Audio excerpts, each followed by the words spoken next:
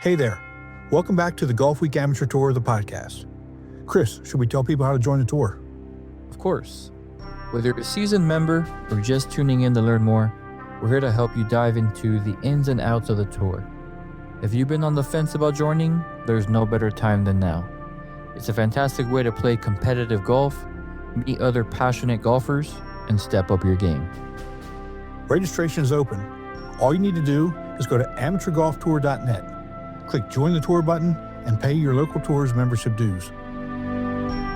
And if you want to keep up with all things Golfweek Amateur Tour, make sure you're subscribed and listening to the podcast on your favorite platform. Don't forget to download each episode, share it with your golf buddies, and if you're enjoying the show, drop us a like and a review. Your feedback helps us grow the community and reach more golfers just like you. Thanks for tuning in. Now let's get into today's episode. Chris, welcome back. It's good to see you, bud. Likewise, I'm glad that you're back in the driver's seat. Got to see all the controls you get to deal with on your end, and I'll go ahead and gladly hand them back. It's good to have you back, brother. It's good to be back, and I'm hoping I didn't get Wally pipped. I Wally keep pipped. Well, yeah, you know about Wally Pipp? No. You don't know about Lou Gehrig? Well, I mean, I've never heard it that way. Yeah. Mm-hmm. You know why you never heard of Wally Pipp? Because you've heard of Lou Gehrig. See? All you young people these days, you don't know anything. Yeah. Well, it's I'm glad I'm back. And everybody just strap in. This is going to be a very special episode. We've got a lot going on. Going to do a tribute to a tour director. We've got a very special player guest, and we're going to make an announcement about the contest. Ready to get started? Yeah, let's go. All right, bud. Let's do it.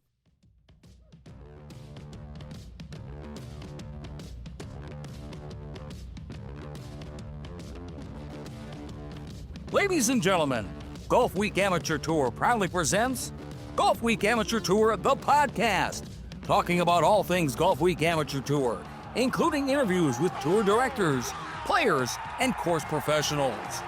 Now here are your hosts, Tim Newman and El Paso Las Cruces Tour Director, Chris Rocha.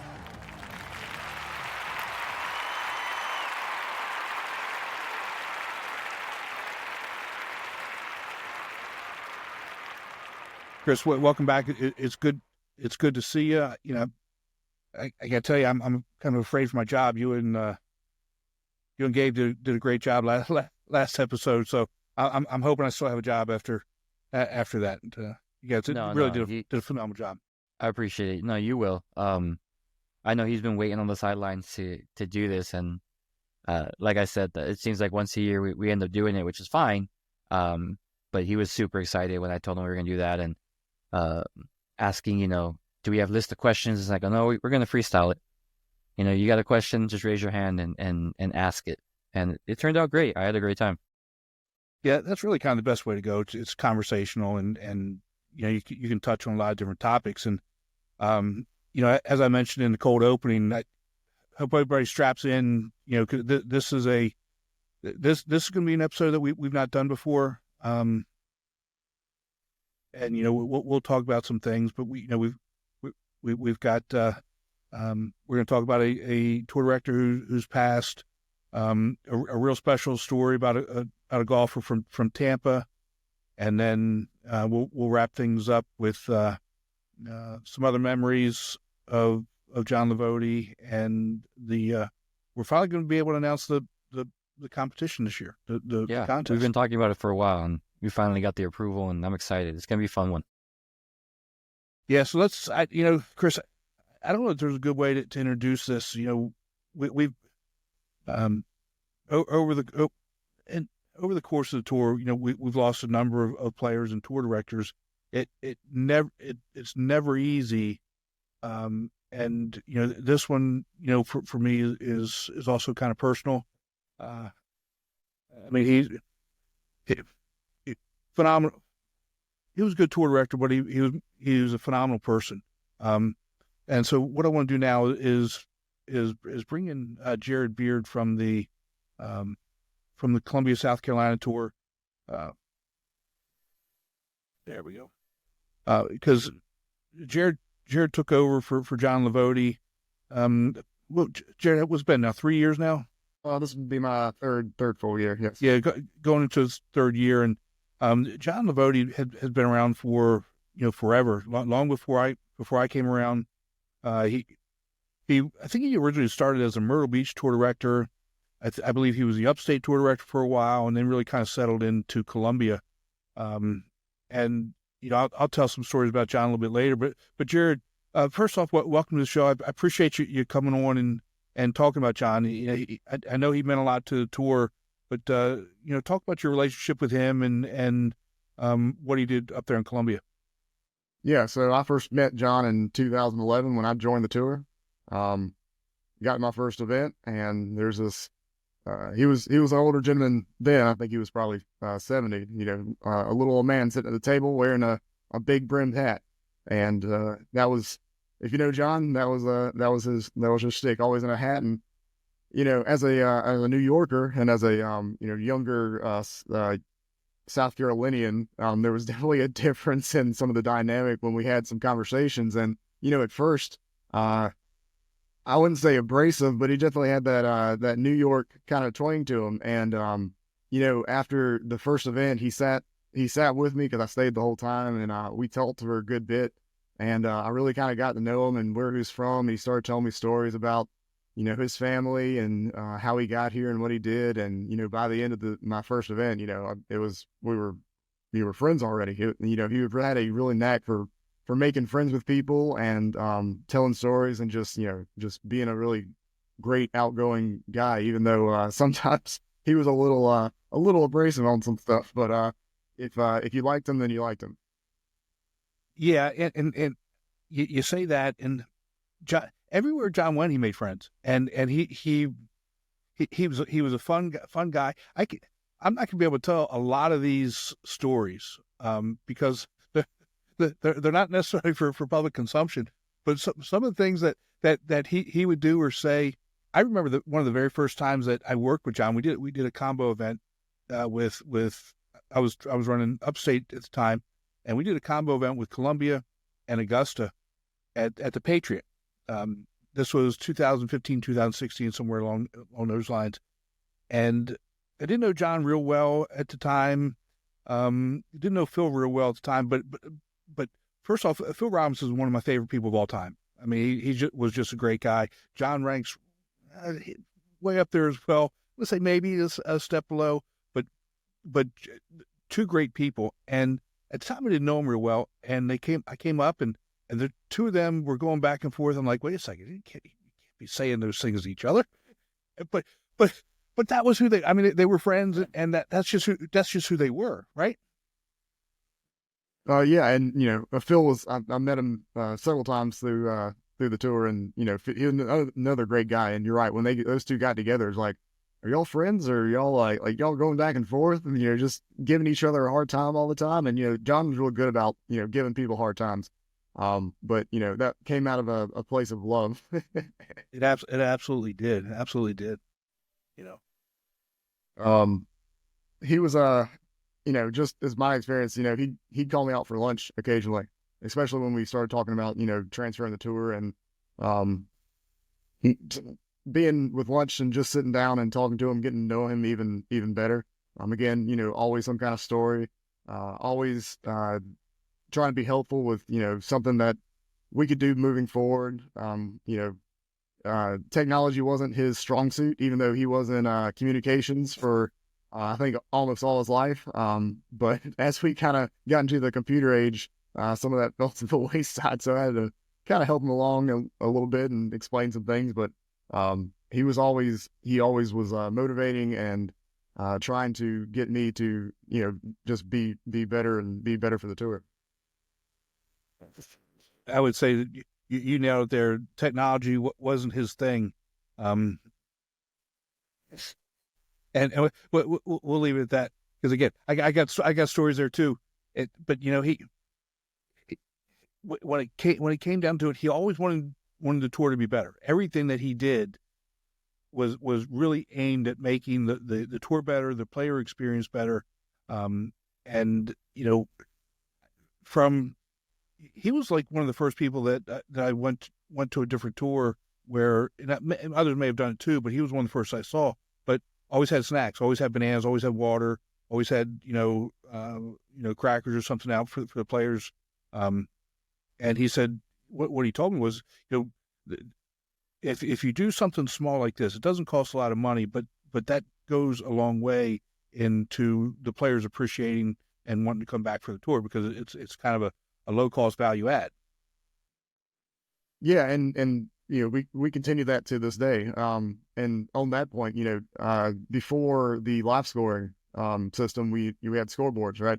And so players would sit around and watch the scores come in and be put up on the board. But in the meantime, John would sometimes buy beers for the players, and the players would sit around and they'd chat and they'd tell them about whatever golf stories they had during the day, and just like the camaraderie and the friendship and the fellowship was super important to him. Not it's a value add, I guess, but I think he wanted that, and he wanted for the players to all be together and talk about their times.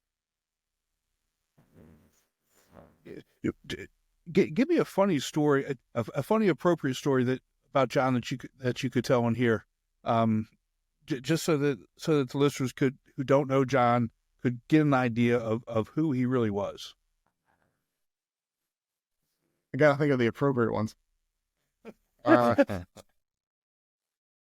So, he was, let's see, just the communication. He was talking about some advertising stuff one day about, how he was up in New York and kind of how he got started. And he was talking about his kids and his love for baseball when he was younger.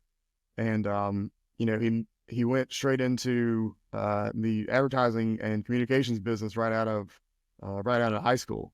And he stayed there for forever. He was started in New York, and I think he went out Midwest somewhere, and then he got a job at WIS, I believe, in the 70s, and he moved to Columbia, and that's where he stayed. And I think he met I can't remember where he met his wife, but he always told really great stories about his wife, and you could tell that he really, really cared for her, especially in the last few years.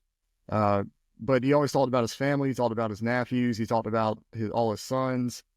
He was a very, very loving family person. And I did meet, several of his family along the way. And you could just tell that he was it really, really meant a lot to him, like everybody in his life, whether it be the players or whether it be his family. You could really tell that everything really meant something to him. And, I think if we all could, do a better job of making people feel appreciated. And so I think that's what he left on me. Yeah, Chris, you were up at Whistling Straits one year, but the year before you came up, John called me and said, Tim, he didn't call me Tim, he called me Skinny, is what he called me. So let's be real and honest. I mean, he calls everybody kid, right?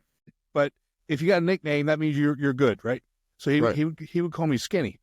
I don't know why. And he said, I want to come up to Whistling Straits with my son Thomas. I said, okay, let me know what you need. He said, well, he's not a member, and I'm going to need you to help me out. I said, okay, we'll just tell me whatever you need to do. We'll make it work. And so we got him in, and I said, John, are you going to play with him? Because I think Thomas is either champ flight or an A-flight player. He was pretty good. He said, are you going to play with him? Do you want to play too? He said, no. All he wanted to do was just walk around and watch his son play Whistling Straits. That's all he wanted to do. And the first day up there was Friday. They played in a Skins game, and it was brutal cold. I mean, cold. Wind was blowing. They played at the Irish course. And John lasted, I think, 2 or 3 holes, and then went inside and in the bar area, and we hung out there for a little bit. Saturday was pretty uneventful, but he walked on Sunday at Whistling Straits, and you could just feel the bond that and the love that John had just to be there and experience that with his son, was incredible. We went out to dinner with him Friday night after the Skins game, and it was Jen and me and John and Thomas, and we went to this Italian place, and obviously John did all the ordering. I don't know how he knew the place, but he knew the place. He did all the ordering. It was up there. Pretty much everything is local and fresh, and so he was speaking with the chef and did everything. And that experience right there, just getting to know John and talk with him and his son there was one of my favorite memories of him. Yeah, he another memory from John is as a trumpet player and as a musician. I think one of his grandchildren were in band, but John really loved music and loved jazz. And like I said, as a musician myself, he would burn me CDs of these things that he's listened to, and he always, this is amazing, and we talked about music and stuff like that. And I don't know if many people knew that, but he really had a deep love of music and jazz, and apparently he could dance too, but I never saw him do that. That might have been a good thing. He made Jen CDs and send him CDs to Jen like once a week. I didn't know he was doing it for other people too. I thought he was just hitting on my wife. I got stuff I still listen to in the truck. Oh, that's awesome. That's awesome. We were at, and Chris, you've done this before. You stayed in the house with other tour directors, right? And 1 year I was staying in the house with them. It was a bunch of us in there. Bruce had already passed at this stage, so it was me, John, Dan was there, and there were two other people there. And I get home late at night, and John's sitting on the couch. And he hadn't started calling me skinny at that point yet. He said, he said, kid, I need you to fix the shower for me. There's no water coming out of the shower. I said, what do you mean there's no water coming out of the shower? And in these houses, what some people don't understand, these houses are phenomenal. And the shower that John was in was one that had shower heads on both sides, a high one on each side and a low on each side. And John couldn't figure out how to turn the water on. So I go in, I turn the water on. I mean, it's the one where you just pull the thing out. That's all you have to do is just pull. And I said, John, it's working fine. I said, just pull it out. And he said, okay. He goes in 10 minutes later, says, Tim, I can't get the shower turn on. What are you doing? And I said, John, it's pull the little knob out. That's all you have to do. And he's pulling out the wrong side. He's standing at the wrong on the wrong side of the wall, pulling the thing out. It's not working because he didn't hit the switch. He didn't think about turning around and pulling out the other. I'm like, come on, John. I mean, it's not that hard. It's a shower head. I mean, it's a plumbing. It's things like that just where the way he approached things and the way he dealt with them was just all John, but funny as hell. Just funny as hell. Yeah. He definitely had a knack of telling you his way or figure it out kind of deal. Exactly.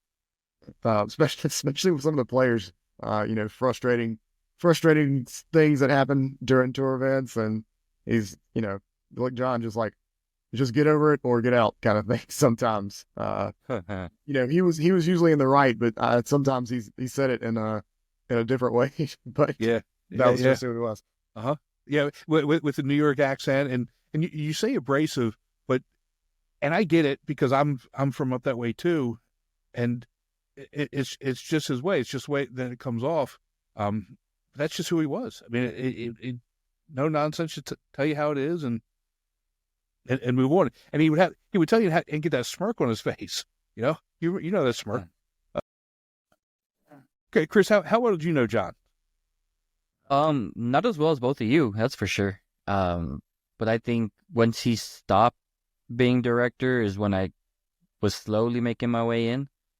So I met him a couple times, but not stories that you all have, unfortunately. But I do love jazz music, so that'd have been awesome to have somebody to talk to you about. Yeah. That's I've been thinking about this, just over the last couple of days with John. If we look back and I haven't been with the tour as long as actually Lyle, I think, has been with the tour the longest at this stage. Before that, it was Tom Myris who just stepped down, and before that was John, and so forth. And as we've grown and gotten a little bit older, some of the things that happened, Jared, you joined the tour in 2011. Things are very different now, and from the tour director perspective, things were very different. We were smaller, and the tour directors were, I wouldn't say, maybe we were a little bit more close-knit, but maybe because there wasn't so many of us, there was a lot more interaction there, which allowed us to get to know people like Bruce. Chris, I don't know if you ever met Bruce. You put it this way, you put Bruce and Livoti in the same room, not only will you not have to say a word, your stomach is gonna hurt from laughing so hard. And I mean, just I remember one time at National Championship. This is a different house, and I don't know, I can't remember what was going on, but something was going on in baseball, and the talk turned to handicaps in golf, and I don't know how that switch happened either. Okay, but Livoti and Bruce were going at each other. I mean, about handicaps, and neither one of them were right. They were both wrong. And Dennis walks in, and so remember now, this is like 11 o'clock at night on, let's just say, a Friday or Saturday night at National Championship. And everybody knows 11 o'clock at night on National Championship, whether it's Friday, Saturday, whatever night, we've all had, a couple of beverages. And Dennis walks in. He hears this. He tells them both to shut the fuck up. Excuse me. It's probably not for good. And he turns and leaves. And both Livoti and Bruce started, cussed Dennis. And then 10 seconds later, they both start going back at each other, talking about handicaps. So without really skipping a beat. I mean, it was fun times. Just put it that way.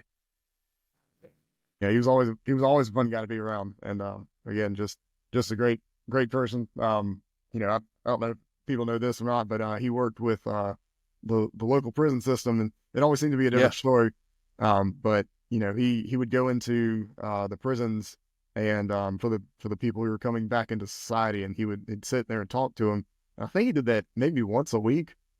He was very involved with that for a while, but he was just trying to give back to the community, and in the way that he felt he could. Yeah, Jared, thank you for saying that, because I forgot about that. But yeah, he did that. He did that for a long time. And just trying to help those guys to reacclimate and give them some advice. The short Italian from New York, it's but that's how much he cared about people. John was somebody who truly cared about other people, and you could feel that just from any interaction you had with him. Absolutely. So, well, Jared, thanks so much for taking some time and sharing some of your memories with him.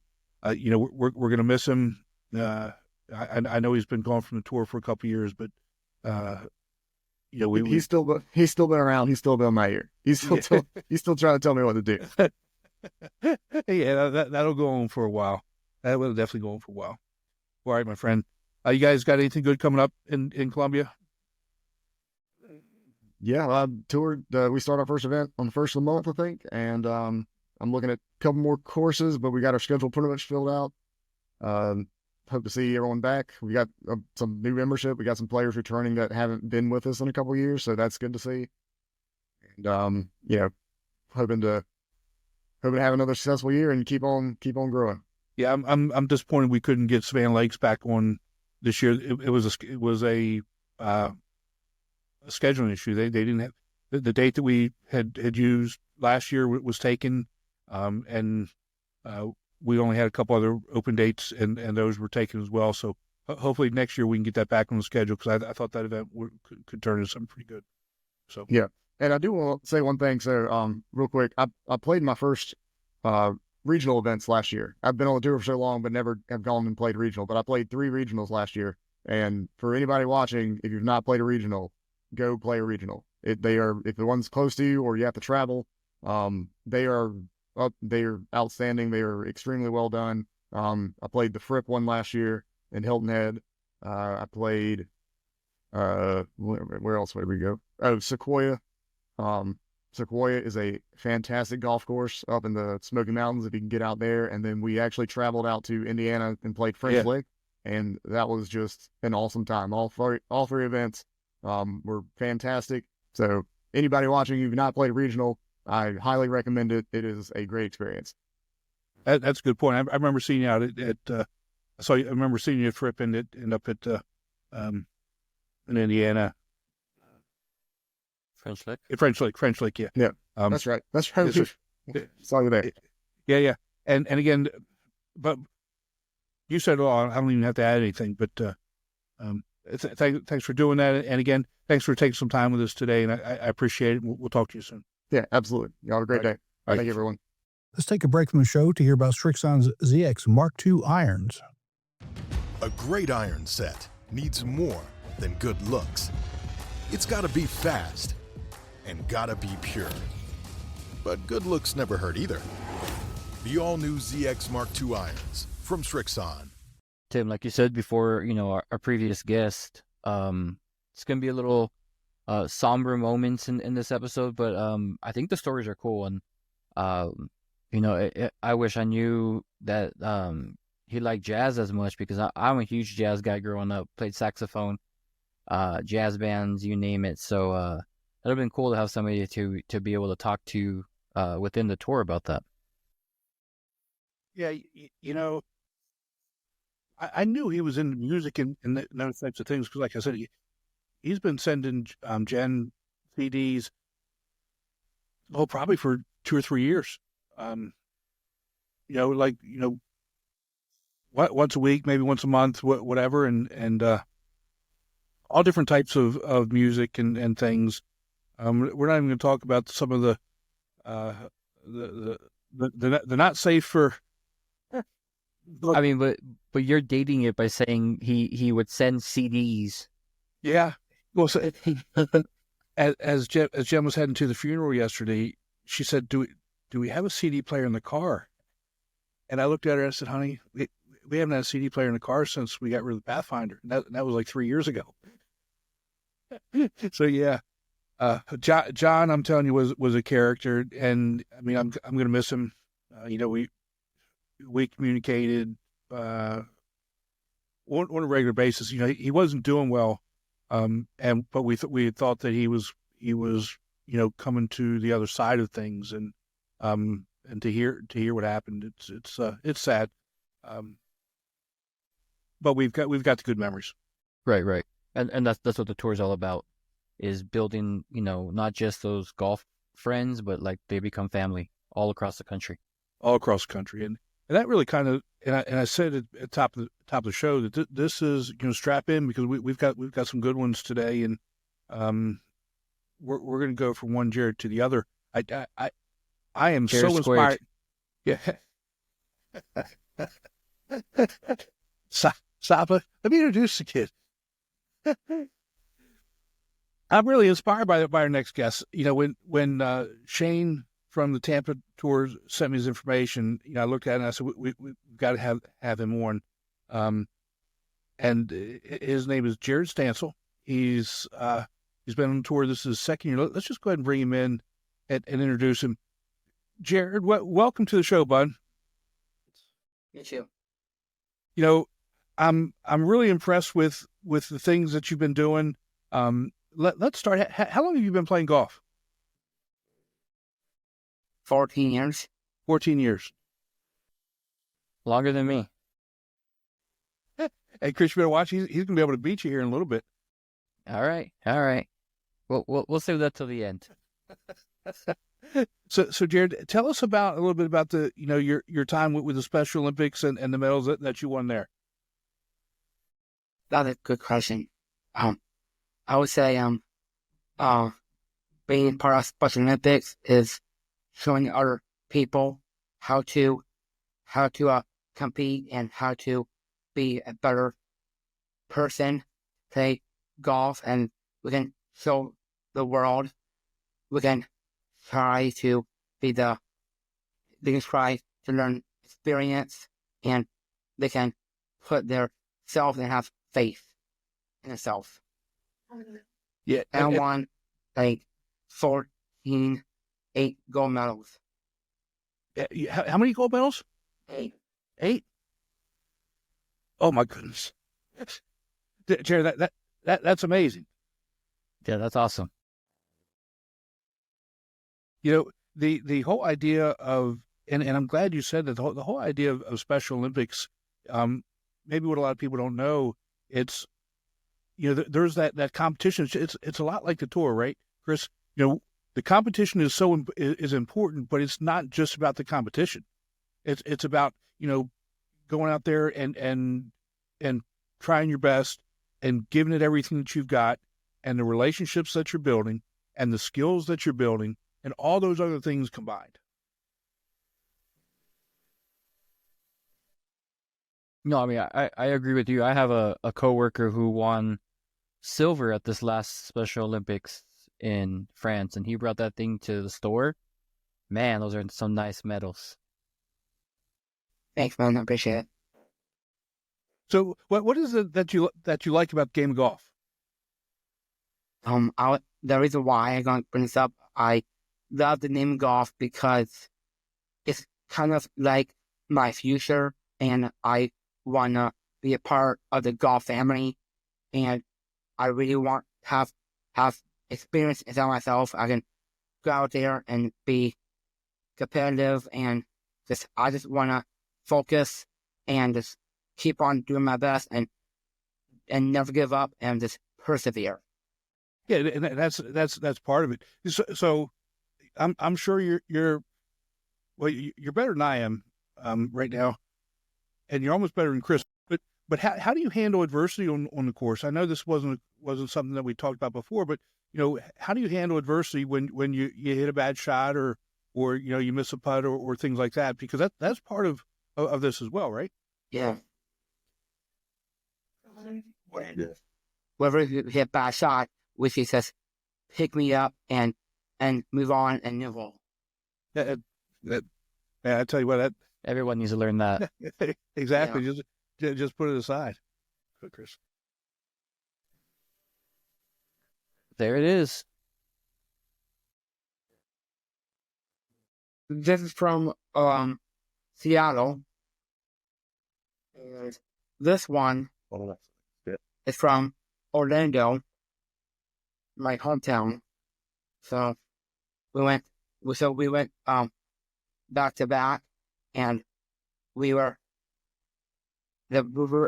jamming. We were out there doing our best, and like you said, just be you. It's just have confidence. But what I did back then was magnificent. It was kind of encouraging to inspire everyone in the name of Florida. Absolutely. So what's the best part of your game right now? I would say my driving. Why do you say that? Because I really want to have confidence in my driving, because I really want to develop my skills and hit it straight, and I can get more power, get more strength, and I can hit the ball and just go out there and just have a good time. There again, hit the ball straight and have a good time.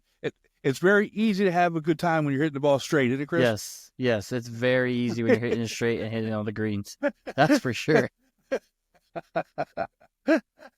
Oh man. And what part of your game are you working on right now to try and get better at?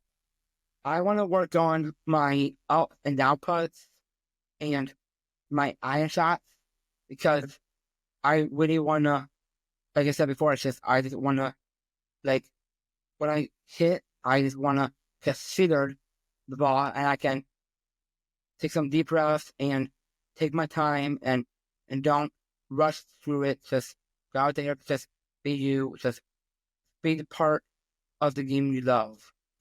Just I'm not going to quit the game I love. Very, very, very good. There's from my perspective, there's no quitting in golf. No. Because there's always another hole to play. There's always another round to play. And at least, here on the tour, there are so many different people that you can play with. Is there anybody on the tour that you hear that you really enjoy playing with? I would say to that, I would say playing with Howard. Howard? Yeah. Okay. He's a nice dude. All right. What what flight's he in? You're in the C flight now, right? Yes. And what flight's Howard in? C flight. So, I mean, does he know that he's now been highlighted on the podcast? We can let him know that, or so we can get this out to him. Oh, he was a really nice guy. He was. Awesome. Okay. Did you beat him? Yes, I beat him. Yeah. So let's talk about that. You got your first win on tour this past week, right? Yeah. Yeah, and you shot at 84. Let's go ahead and show everybody the picture here of that. That's a solid score for sea flight. It is. So he shot an 82 last year, didn't you? I think you shot an 82 at a tournament last year in the sea flight. Yeah, at Plantation Palms last year in June, you shot 82. And here's the thing, Chris. You shot 82 and finished in 8th place. Well, I think that score, though, Tim, was a little bit off because I think it was rain delay. There was a storm. Tampa down here, we get summer storms. I think that was only for 16 holes. Okay. Well, I mean, that's still not bad. I mean, 82 is like 7 holes for me. I mean, so, Jared, let me ask you this: with that trophy, have you used it as a glass to drink out of? Yeah. I mean, it's the thing. I don't drink, but I don't drink beer or wine. I don't do that. But you can do. Yeah, I'm not a drinker. But you could do soda in there. You could do water. I mean, I don't drink either. Right. And I mean, we used it for a couple of occasions. Yeah, just to show off when Arizona guys are around, things like that. Yeah, like my mom, for example, too. Hey, you got to tell the guys what when they announced that he won over the weekend. You got to tell them what the most important thing you told Shane was. What are you gonna do with the winning? I said I would save it for my honeymoon. Oh, whoa! Do you have a girl? You have a girl lined up already? Yeah, because I have a girlfriend. I've been dating for 6 months now. There you go. And I think my relationship with her is doing awesome. And I think she's the one for me. I just want to put it in the universe. So I just love, she's inspiring by people. She is kind, supportive, and I just want to keep on loving. Listen, that's the most important part. Well, and I'm glad you say that because, Chris and I talk a lot about our wives and how we can't do what we do without them and their support. And it's always good to have somebody in your corner like that. Because we can't do everything by ourselves. And, the support that comes from our family and the people that we love, it's also good to be able to celebrate these high points with them as well. Now, let me just give you a little piece of advice. I don't know if your mom's listening. So, when you have winnings like this, I'm not saying that you don't tell the truth to people, but Make sure that you keep some of that, some of that cash in your side pocket, for ever in case you need some extra skin money. Right. Or have passion. Your passion, absolutely. Absolutely. See? That's awesome. So you won the playoff. Tell us about the playoff and kind of how you felt going into that. Oh my!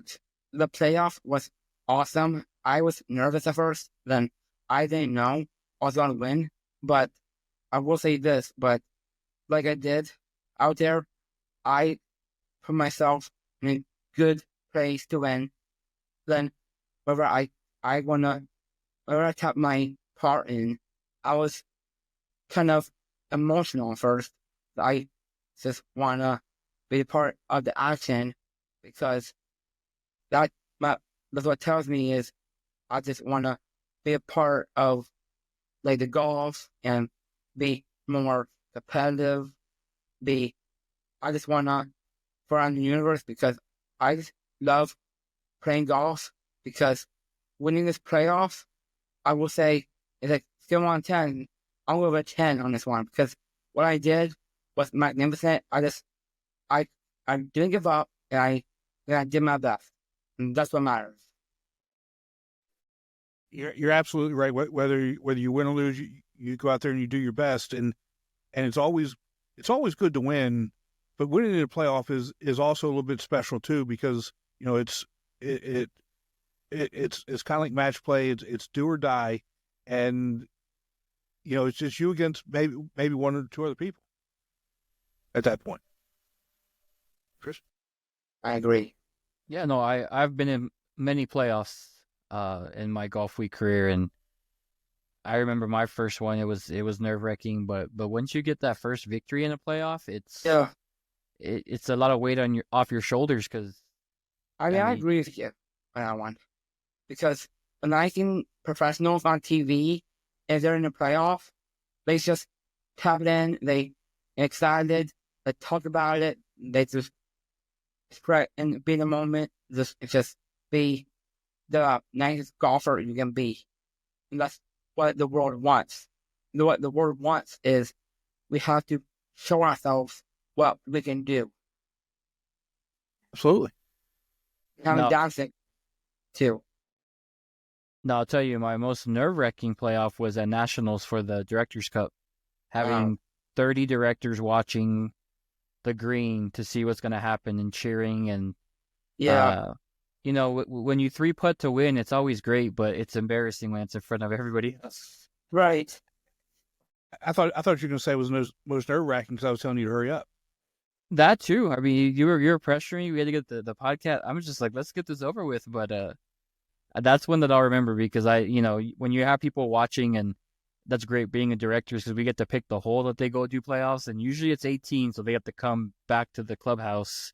Yeah. And guys go and watch, and it's a good time. Or go on the range and practice. Whoever wins or whoever they lose, they have to be good sportsmanship. Then show gratitude and have growth. I think that's one thing about golf. The majority of people, especially on the tour, sportsmanship's not really an issue because we're all cheering each other on. We all want each other to do well. It's not a it's not a cutthroat. I want you to do bad. Everybody wants everybody to play well, and everybody's very, very encouraging. I agree. Because having courage to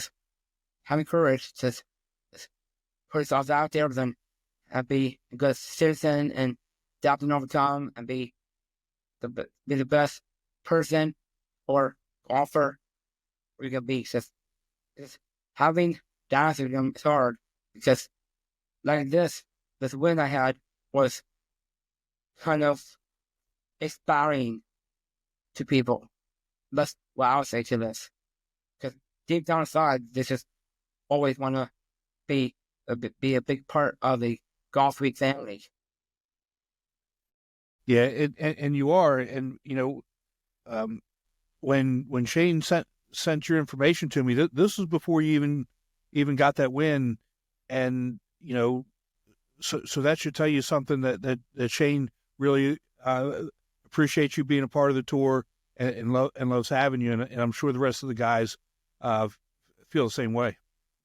Yeah, I agree. Just I just can't imagine this, because I can't believe we have a God who makes people, and we just want to have life and have a good attitude and have like the best sense of humor and a good example for everyone, and they know who actually they are. Well, and hey, the other thing too, guys, I'll add is the guys out there on the tour have been very welcoming to Jared, and like you said, everybody's kind of rooting him on, and it's been a great thing for Jared to participate in. We were looking for some competitiveness, to keep him fresh in tournaments. He's playing some high school golf, but that's only in the fall. So the guys out there have been great with him.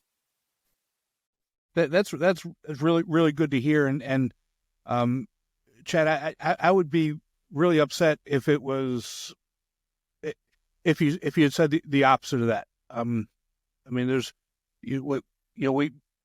Chris and I talk a lot about how inclusive golf is, and how we need to make sure that we are including everybody that goes from having females and kids and anybody who wants to play is welcome here, and we've got a spot for everybody, and it's the one or two times that I've had to say something to people about you need to cut it out and leave some people alone. It's once they realize what they're doing, they feel bad about it, and it's that's just not who we are as a tour. Right. And another thing that happened over the weekend when a gentleman, and his name's Darren, I don't know his last name, but he came up to Jared after the round, and he was just, you could tell he was inspired by Jared, because he said, I worked in special education for 25 years, and he ended up giving Jared a hat, and he's like, my wife worked with special ed kids for like 39 years. So, it's those moments that you see when Jared touches people, and I don't even think he realizes it, but it's just special when that happens. It really is. And again, that's so good to hear.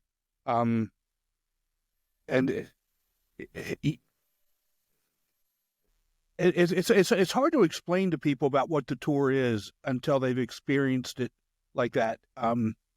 Because you talk to people and they think it's one thing, and then you cut, and that's why I think if you can get people to come to one tournament, they're going to come back, because they see how the tour is, they see how the tour is run, they see how people are accepted, and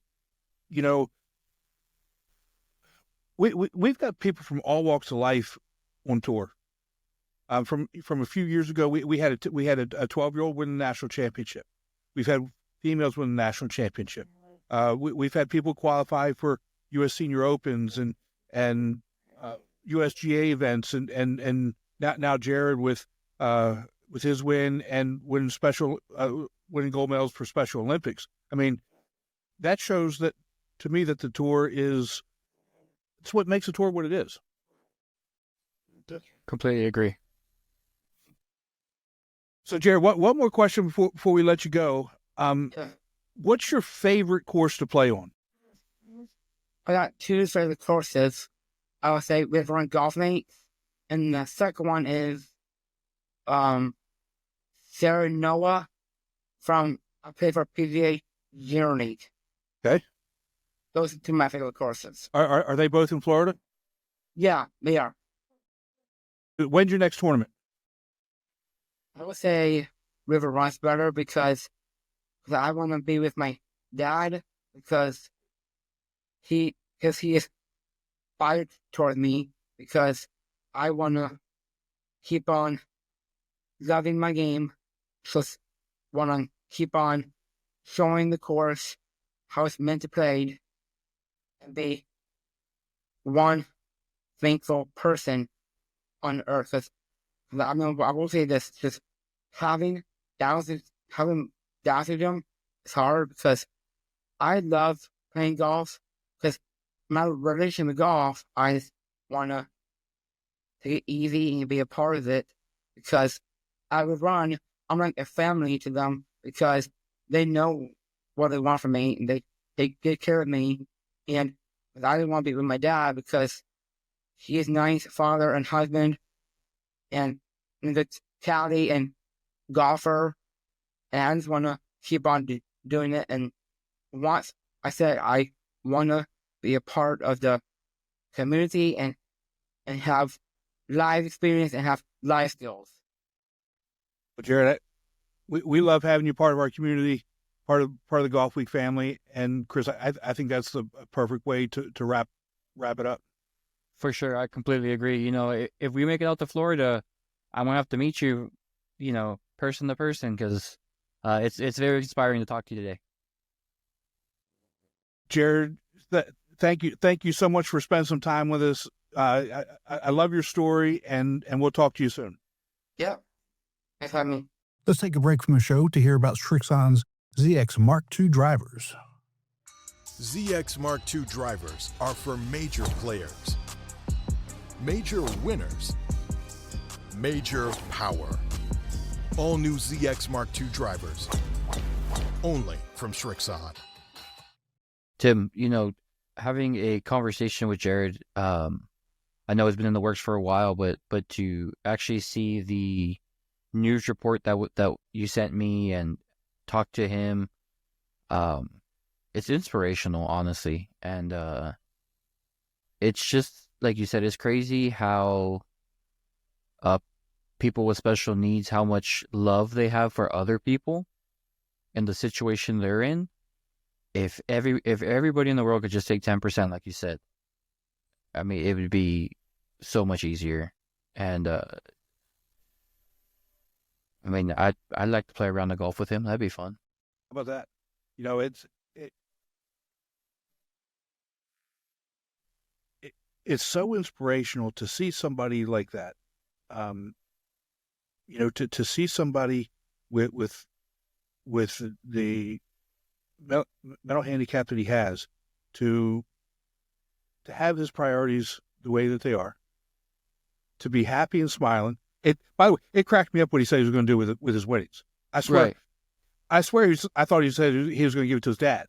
I thought that was going to come out of his mouth. He shocked me with that. But good for him. Good for him. So hopefully that, you know, he learns to, you know, take a couple shekels and, you know, put it in the right pocket. Right. You know what I'm saying? But it's very inspirational. So happy for him. And in between the time that we did the interview with him, Shane sent me a text. Okay, and I'm not going to read the whole thing, but it has to do with Dr. Howard, the guy that he beat in the playoff. And Shane said he didn't know anything about the hat, but he said that Howard says all he has left is his Wilson Staff hat, but he wants to play with Jared again. Yeah, that's what we've been talking about for forever.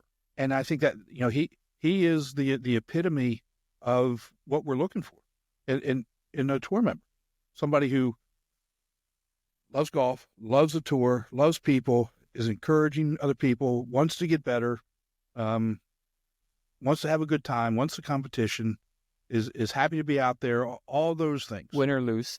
Win or lose. I mean, did you, he didn't understand what I was talking about when he hits a bad shot, you know, about getting upset. Right. So I'm the guy putting negative thoughts in his head. He's just like, it is what it is. Move on to the next hole. Let's go. Okay. Oh my God. Yeah. I'm so happy for him. So proud of him. And you know, and Shane, this is for you, because I do know that you listen. Thank you so much for sending that to our attention, because again, those are the types of things that we really do like to highlight.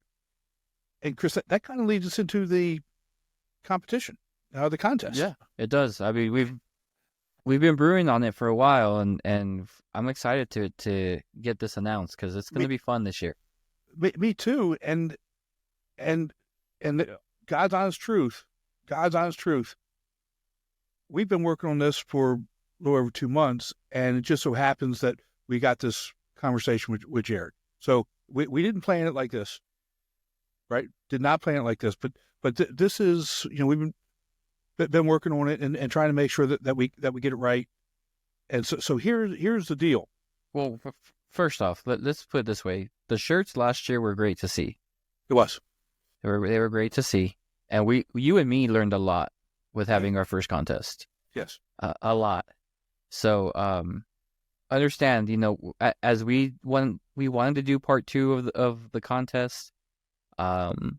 We took a lot of the ups and downs of feedback that we got from everybody, especially at national championship. And I think we landed on a solid idea this year.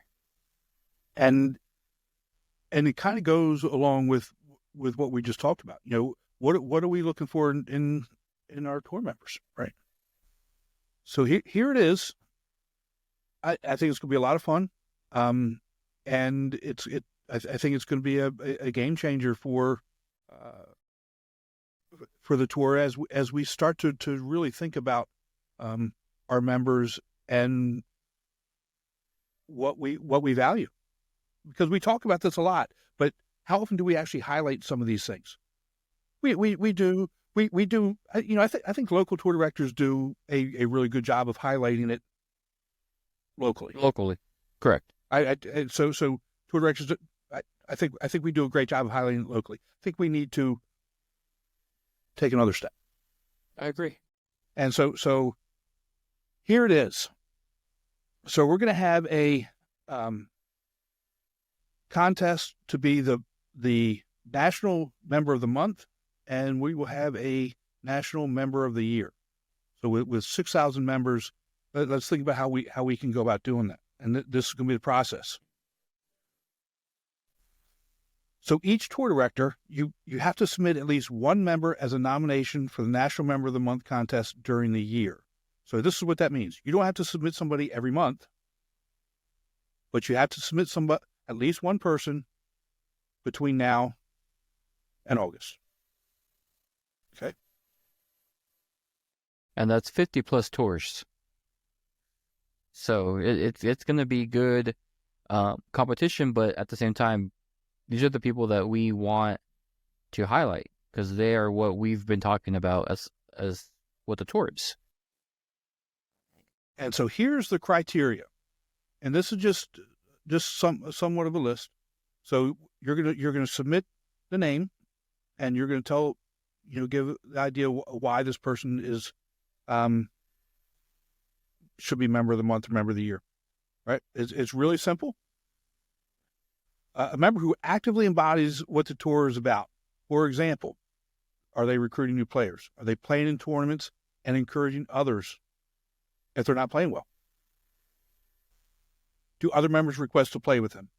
Do they volunteer to help if they need help? Do they travel to other local tours or regionals? Are they encouraging other people to travel, playing regionals, nationals, etc.? Are they posting positive information on social media? Are they listening to our podcast? Yeah, shameless plug. Yeah. Yeah. Are they listening to the podcast? I mean, we're doing the contest. Why not? So those are the things that you should be looking for and that we're looking for. Yeah, I agree. It's everything that as we're setting up for tournaments or tearing down or things like that. It's those members that offer, hey, do you need help with the flags? Or, hey, you did a great job. I'm bringing 3 guys next week. Or, hey, I've talked to my 10 friends that play every Wednesday at 2 p.m. It's those guys that we want to highlight. Not saying that they're better than everybody else, but we want to give them the recognition that they probably don't think they deserve, but they should have. Right. and I think about this, and let's just take Livoti as a for example. When we made the switch to go to electronic scoring and doing some of those other things, he had a tour member step up and help him create the newsletters, help him run the live scoring, and we're obviously that electronic stuff wasn't John's thing, but without a tour member stepping up and doing that, you think about where Columbia would be from that perspective. So those are the types of things that we're looking for. Right. Now, some limitations. This is where we got caught up last year, right? We didn't really think some of the limitations through. All right.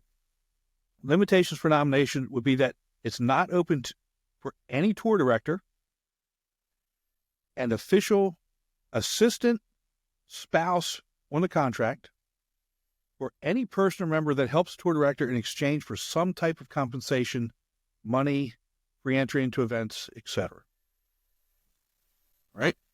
So it's one of the reasons for that is because we want people to truly be doing this for the good of the tour, not that helping for compensation isn't for the good of the tour, but we want to make sure that it's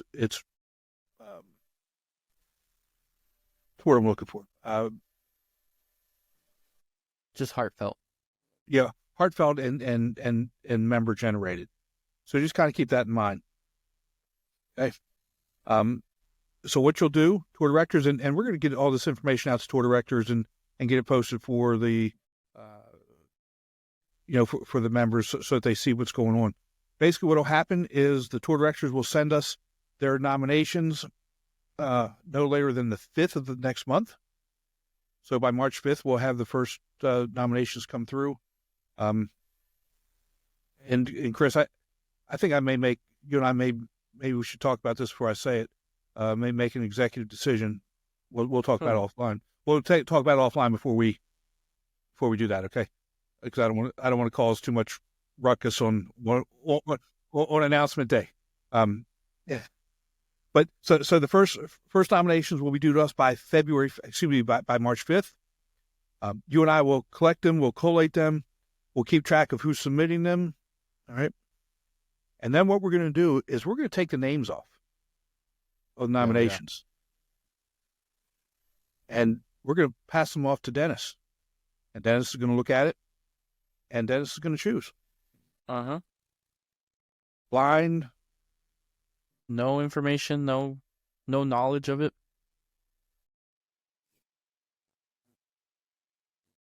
Once Dennis picks the monthly winner, we'll make arrangements to bring that person on an episode of the podcast, congratulate them, give them some recognition, and go on from there. All right. So we will have 8 winners like we did last year.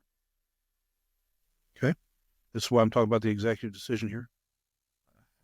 So we'll have one for each month, January to August. All right. And I think we're still talking about how we're going to choose the final 8. I still maybe want to do the poll, but maybe do some restrictions on that. But let's talk about how we're going to do that a little bit later. And do this with the winner, the national member of the year gets free entry into national championship. I agree. It's going to be, it brings everybody into the competition because we're asking all tour directors to submit at least one person. I know there's at least one person in your tour that you could nominate. And you can nominate somebody each month. Right, you're not limited to one. There's no limit of how many, but at least one, because we want to recognize all the tours out there. So, start thinking about it. Tour members, it's February now, and so tours are starting to pick up with tournaments. We just finished. I've already gone through 2 of them. Yeah, we'll get back to you. Don't you get mad at me. No, I'm not mad at you. I'm not mad at you. I'm happy for you. But we don't have time to really get into it today. That's what it is. Pause. You're right. We have a busy show this episode, but maybe next time we come back, maybe I'll have my first win in A flight. Maybe. I hope so. But you know, we just had the senior icebreaker this past weekend, and we're off to the races, man. Yeah, we are. It's really going to start picking up and get going. So it was good seeing you.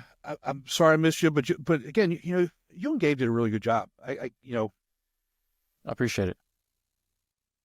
And I would say I'll tell him that, but he better be listening so he can hear it himself. And if he doesn't hear it, that's on him.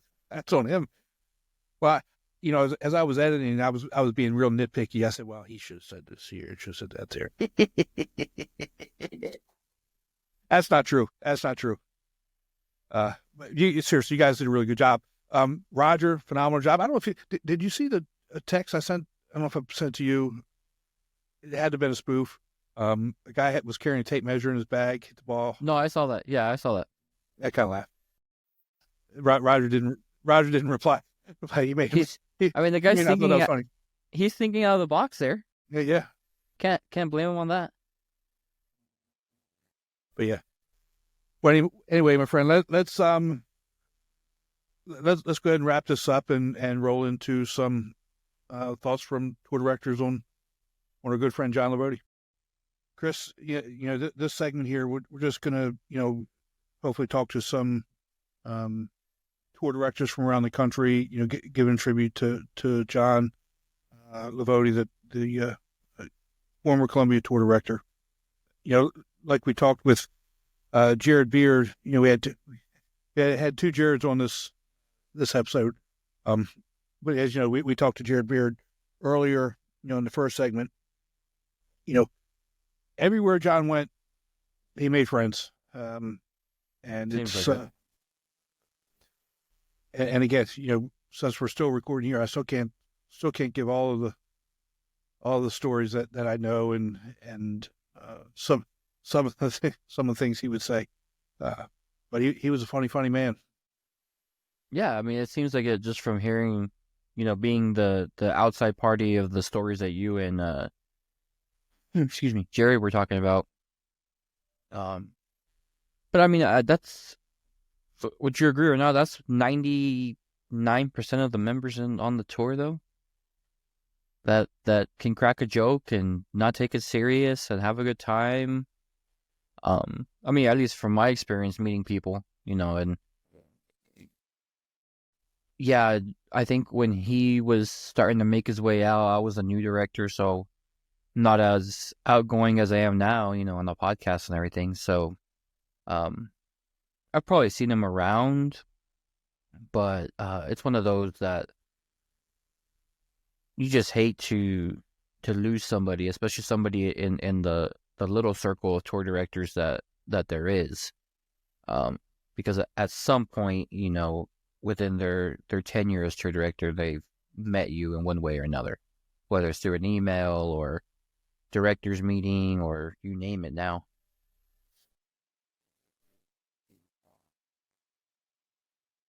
And just as we're getting going on this, my grandchildren just tried to FaceTime me, so I gotta tell them I'm busy.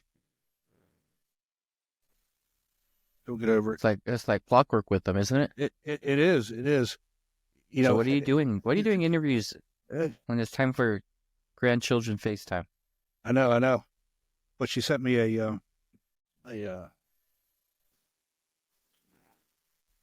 video. My 4-year-old granddaughter went to the refrigerator, got the milk jug out, started drinking right from the milk jug. I was like, I'm drinking from this cup because I'm allowed to, and then put it. It's funny. She didn't learn that from me. That's impressive that she can hold up a gallon of milk and not spill it. Well, it was almost empty, but you know how it is. That reminds me of my little one who took the whole loaf of bread and started running away while eating pieces out of it. Very nice. Very, very nice. So, well, let me read what Dennis wrote about John. John, the Italian Stallion tour director, forget about it, was one of a few favorite sayings he always used, but nothing could be further from the truth. John was a very caring and giving man who did so much for both of his tours in Columbia and Myrtle Beach. He taught some of my best tour directors the ropes and made all our players feel special for that day on the golf course. He will be truly missed, as will his infectious smile. I'm fortunate to have known him and can call him a true friend. Rest in peace, John. And that's from Dennis. Some big words. The Italian Stallion. Yeah. Oh, John. I mean, he like I said earlier, he called everybody kid, and again, you knew you made it if he had a nickname for you. Uh-huh. I was Skinny. That's what he called me, Skinny. I know. I'm never living that one down for you. See, it is what it is. We laughed about it. Yeah, I laughed about it too when I heard it. That's what we do. That's what we do. So, Jen said that there was one from Ed Early too, but I don't see that one. So, hopefully she'll send that. And one of the first times I met John was at National Championship back when it was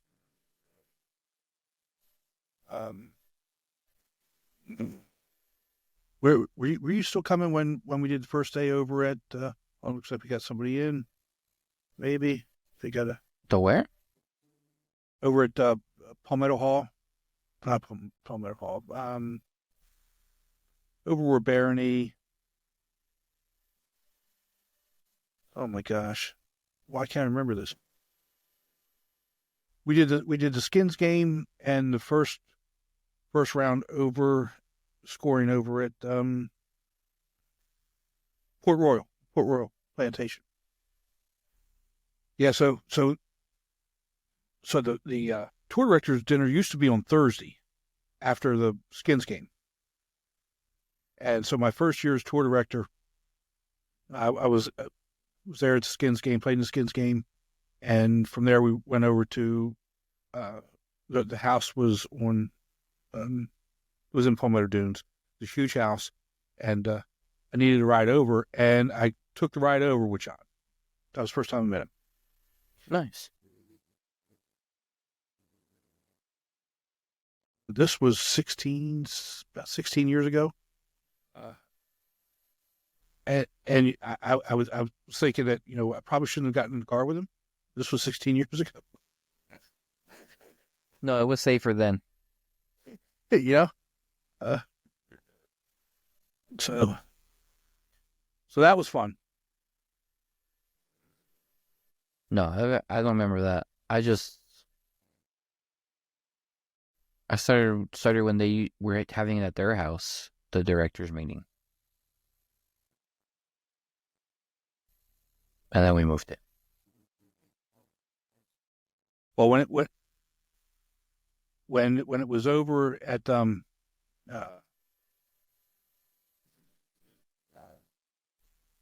those first few years, there weren't a whole lot of tour directors. Well, there was a lot, but not nearly as many as there are now. And it was in a big house. The house was freaking huge. It had an elevator in it. It had Elevator. it had like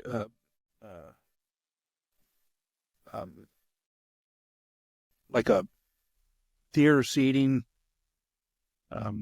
It was real. I mean, probably one of the nicest things, not nice houses I've seen. But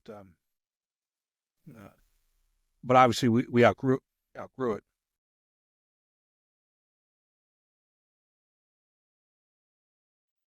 I can believe that.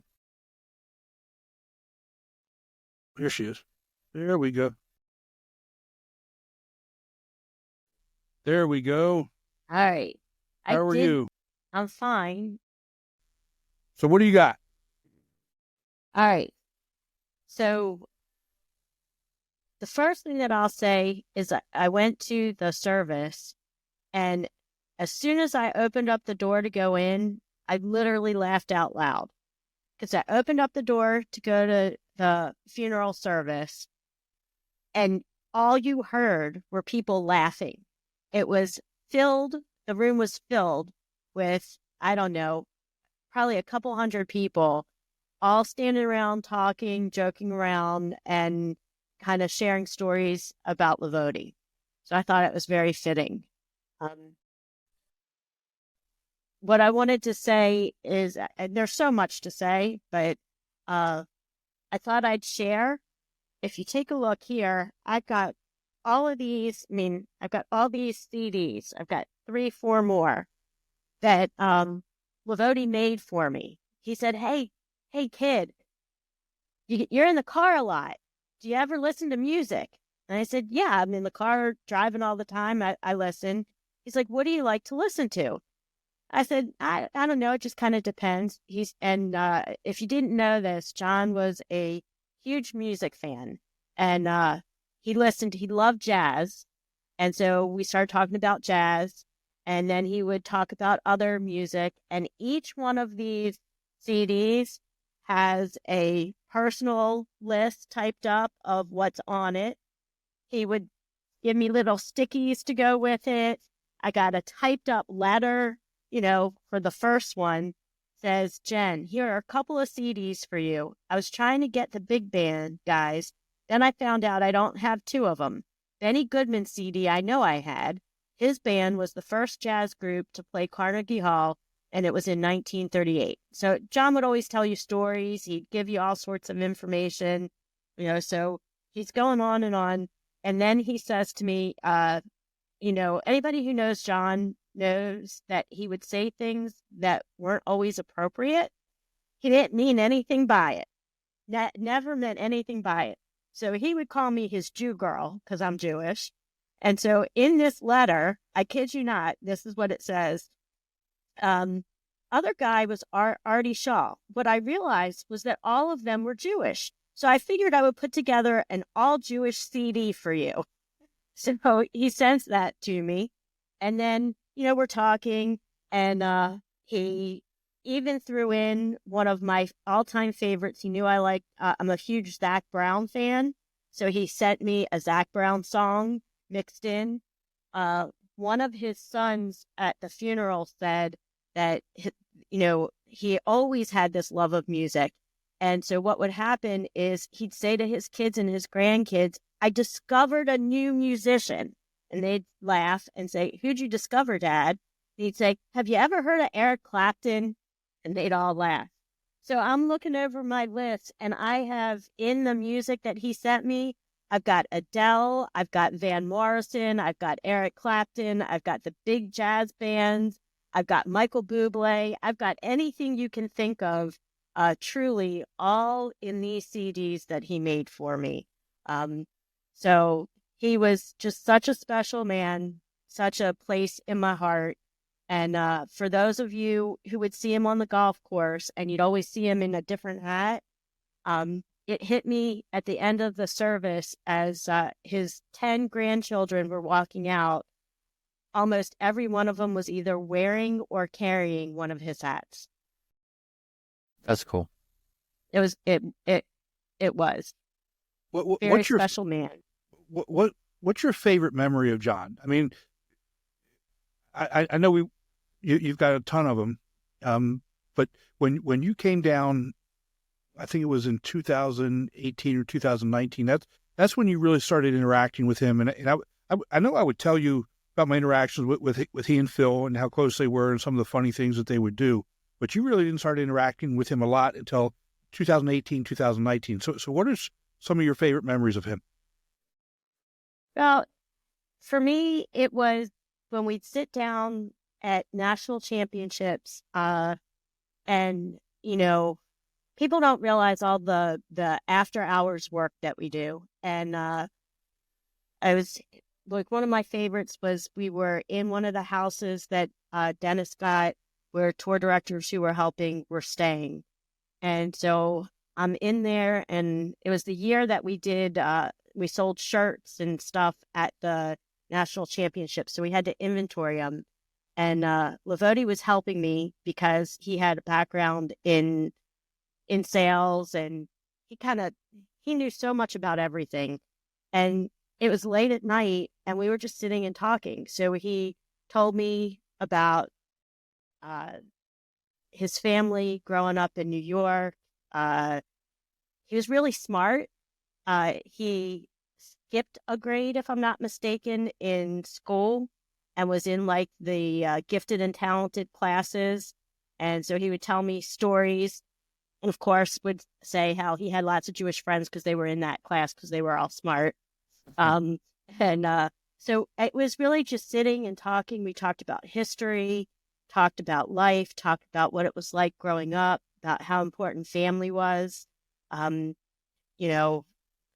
stories about his kids, talking just about his experiences. Over the years, he would come to me with ideas about the tour, and he would say, Dennis is a pretty smart guy. He created this whole thing. He said, maybe he should think about this. And he would kind of throw something out there and have to look at it and say, that's a really good idea, and would share it. So it was those kinds of conversations. It's that, we'd go to a tournament, and he'd talk to people, and he had a guy for everything. He'd start talking. He'd say, I got a guy for that. And he'd say, let me introduce you to so-and-so. And it was just his just being around him. And then I would always laugh because he would forward me all these emails. And at first I thought it was junk, like, because it would be like the chain letters or, something like that you'd get. But he started to really send me information. Like, he would do research on topics that he thought I would be interested in and send it to me. So when I heard that he died, I went and I looked, and the last email that I had was from in December, and I pulled it up, and he said, this is awesome. And he sent me a whole magic thing. It was a show with Penn and Teller, and I don't remember who else. And it was a magician and doing card tricks. So I have a treasure chest of emails from Livoti with little comments like, oh, you got to read this. Can't believe, what are they doing? Political stuff. This is crazy, whatever it is. But he had sent me all kinds of things just because he thought I'd be interested in it, because it was something we had in common, because he cared. And that's just who John was. So it was. Yeah, Jen, I don't know if I ever told you this story, but the first year that I went to the Masters, Dennis was lucky enough for a time to be able to get tickets, and he would get them out. And so I got tickets. I think I got tickets the last year that he was able to get them. And me and my friend, we stayed in a hotel in Orangeburg on Wednesday. We were going on Thursday, for the first round. And so Wednesday, I'm in the hotel, and I'm in the fitness center. Yeah, Chris, I used to work out, right? and I was doing skinny. Exactly. I was doing the Stairmaster, and I'm listening to Sirius XM, Golf Channel Radio, whatever it was called, and I hear John's voice. John had called in to the and is talking on to the announcers on Golf Channel Radio or whatever, talking about something golf related, and he was criticizing something that the announcer had said and was wrong about, and John was correcting him, and then they got into talking. John was probably on there probably 10 or 15 minutes. So way longer than any normal caller would be. And, he called in to correct him on something, and then they just got into, a typical John conversation. No, you didn't tell me that. That's the first time I've heard that story. And I learned yesterday that they actually have a name. Did you talk about this yet, Tim? No, we did not. Okay, so I learned yesterday that there's actually a name for what John would do in talking to people. His family called it the John D treatment. They said he would talk to somebody, he would find out everything about them, where they were from, what they liked, what they didn't like, where they grew up, how many, John would talk to somebody and he'd know how many times they've been married, favorite color, like everything about them. And that his kids and family called it the John D treatment.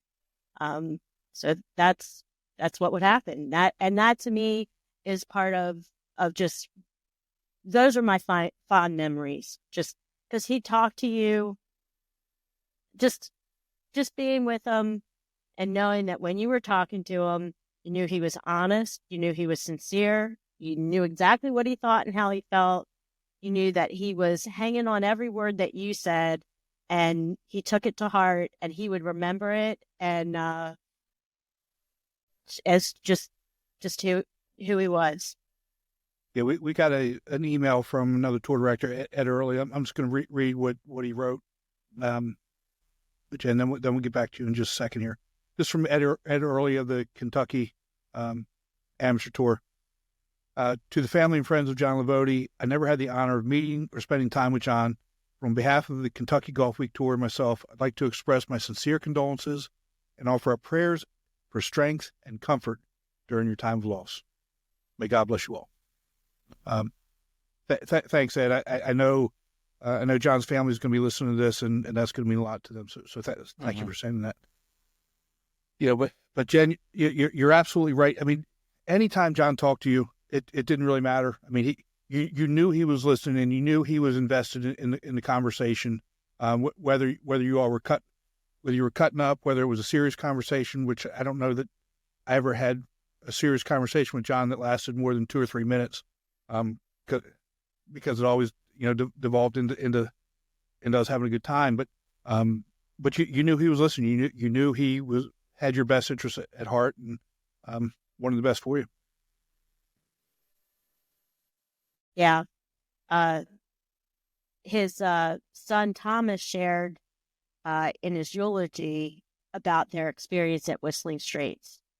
And he said that, even some of his family members didn't understand the role that the Golfweek Amateur Tour played in his life, or really how, not that they didn't understand the role, they didn't understand how much of an impact John had on the players and how big of a deal the tour is, and I just think about any tournament where he was, or that people were at that he was running, they knew who he was. He would always say or do something that would make them laugh. They'd always be able to spot him with his hat. His son mentioned how, and this made me laugh when I thought about it. His son mentioned how John always liked to dress nicely, and he always was in, the golf shirts. I don't think there was ever a place where I was when we were playing golf or at a tournament where he didn't ask me, "Hey kid, come here. What do you think of this shirt? Should I get this shirt or this shirt?" And he always bought a shirt, at least one shirt at every place he was. It wasn't also unsurprising to find out that he would sometimes get deals on his shirts too, because he could talk anybody into anything. So, I don't know. To me, he was, he wasn't much older than my own parents, but he was like a grandfather to me. He was the same type, maybe because, his family, recent immigrants, my grandfather, he just had an air about him that was just like my grandfather and just part of the family.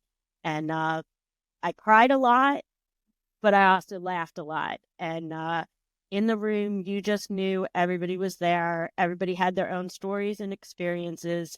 And I just so totally feel like he's up there watching us, and he'll always be with us in spirit.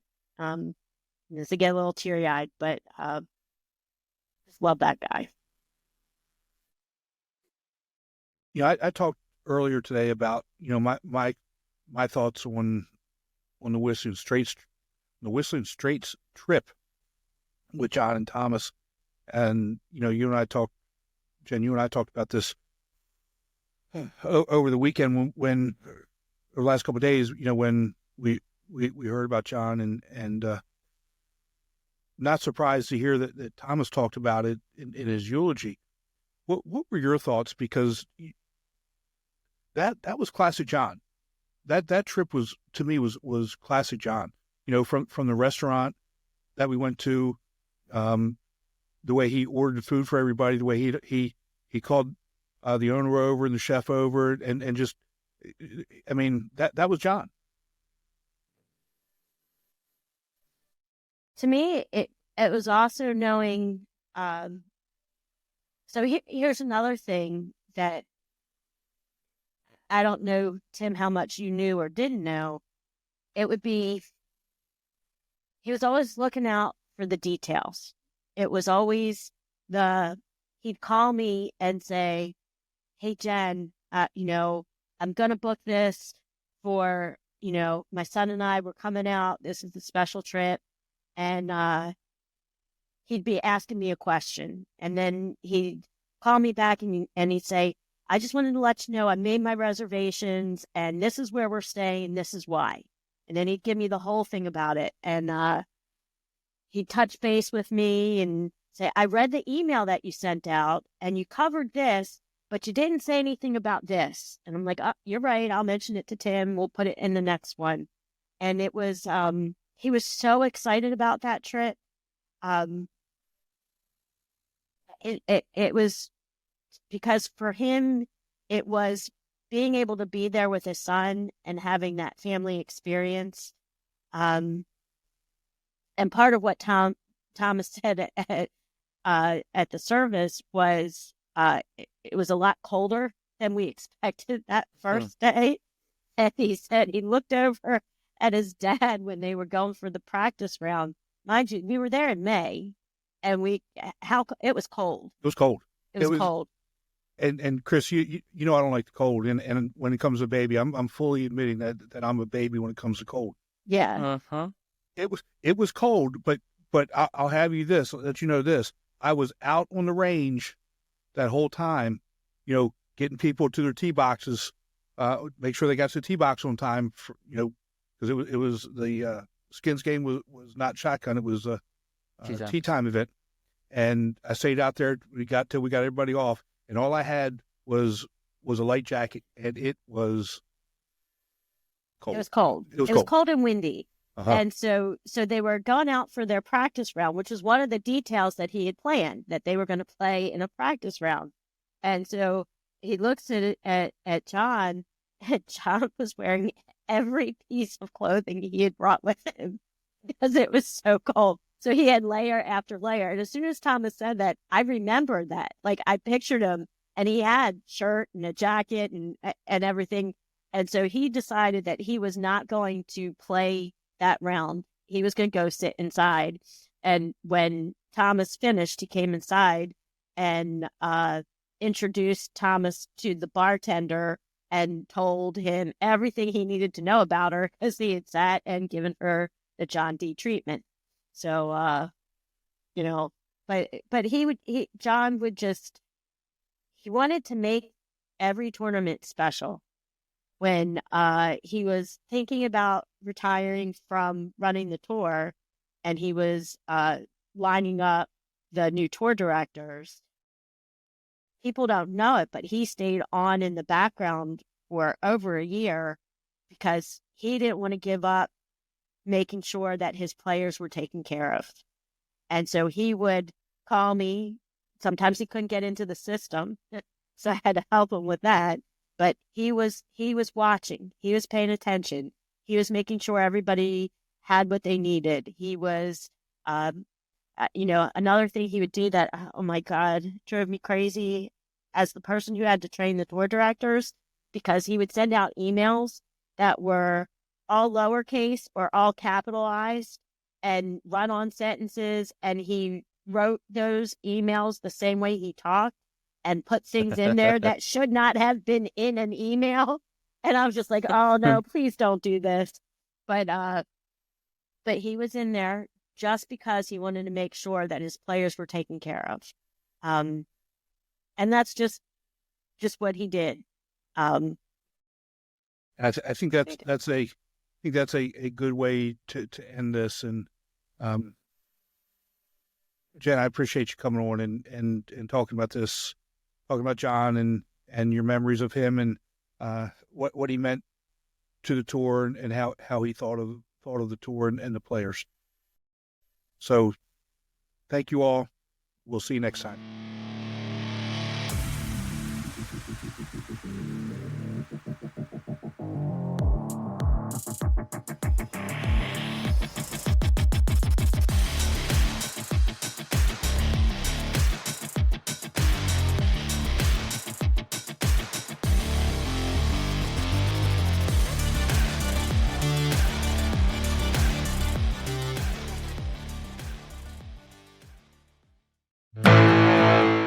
All right, that's a wrap for this week's episode.